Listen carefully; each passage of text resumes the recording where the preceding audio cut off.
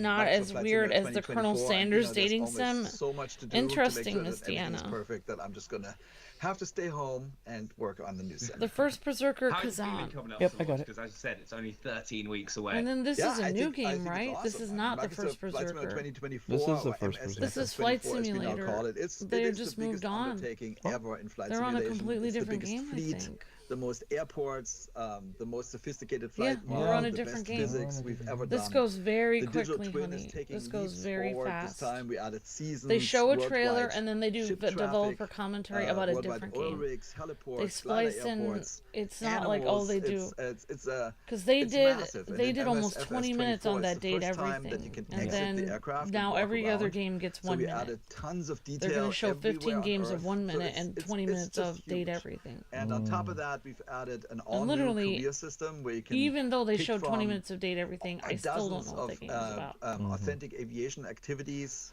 in a career. Flight simulator. That's a completely new dimension to the sim.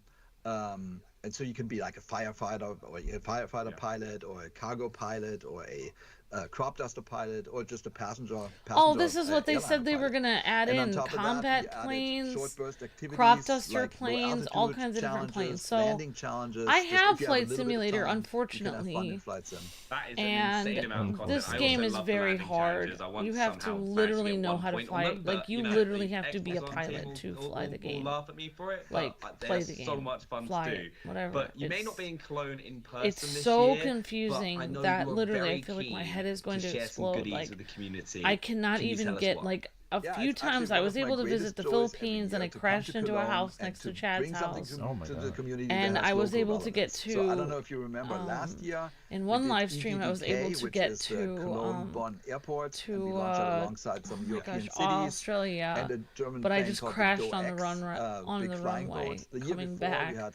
So it's much harder than like you really have to know what you're doing. Like, you have to go through a lot of training, and based on the wind, and you know, based on a lot of different factors. Like you have to have every button pushed exactly correctly. So you need to like push the main button, then you have to pull back on the exhaust, then you have to go forward, and then you have to lift your wings slightly as you're going off the runway, and you have to go the exact right speed. And if you don't do everything correctly and at the right angle, you'll plunge into the ocean and die. So, I mean, it actually gives me. But we wanted to give a this game is actually literally a flight. So if you can learn to play this game, you can actually learn to fly a plane in real life, which is exactly the reason why I bought the game, because I really do want to fly a plane in real life, but it's a lot harder than I thought. We have Frankfurt am Main, so Hanau, and then we have Berlin, Potsdam, and Karo, so sort of northeast. And then in Austria we have Linz, Vienna, and Salzburg. And in Switzerland we have Bern and Zurich. And on top of that, we have 116, which we call when POIs, they did Future Game Show in America, and they did the Summer Game Fest, they had new missions that showcase sort of the environment all this in the region. It's very easy to find like list of indie games where literally thanks to your list I'm able to type them in, and I can find all the stuff that was showcased. But right, let's take a look. There's no like actual very easy to find menu where all these games are listed. So Ambi's little time codes actually helped out a lot because I can type these in on my Steam Deck. So this is a World War II game. Alright, see this is. Oh wait, no, it's not. Oh, this is still Flight. This is still Flight Sim. I have the same time code. So we're seeing I'm trying to remember the type of plane that's called. It's a seaplane, but it has a specific name. Oh, they're showing off all Germany stuff because Gamescom's in Germany. So we're seeing Potsdam. Germany is beautiful. If anyone ever goes there in real life, it has so many castles. Wait, have I been there? Oh, I know I've been at one of these castles. Not that one, but that other one I was at, I think. So how big is Germany? It's like New York, but bigger. It's like the size of New York State, or bigger. Yeah, but bigger. It's very large. Yeah, of course they're going to show off Germany because Gamescom's in Germany. There are so many castles in Germany. It's unbelievable. And then if you combine Germany and Austria together, they're right next to each other, and they both speak German. Of course, Austrians say they don't, but then you have a lot of castles, because there's Liechtenstein Castle. Beautiful. Oh, now we're in Austria! Salzburg! I was there! You were in Salzburg? Yes. They're in Austria. It's amazing. Now we're in Austria. Yes. Vienna, I was here. Beautiful. That's the musical capital of the world. That's great. Look at there. We see a bridge. There's a lighthouse. Yes, there's a castle. There is a ski place. They're showing all the great things in Germany and Austria. Now we're in Switzerland. I was there. I was in Switzerland. Yeah, I don't have... No, that's Sweden. Oh, sorry. Switzerland. Wow, look. Yeah, I'm sorry. I don't know Switzerland. They have a king and queen in Switzerland, I believe. They have a royal family. That looks like something out of a Bond movie. It might have even been in a Bond movie. In His Majesty's Secret Service.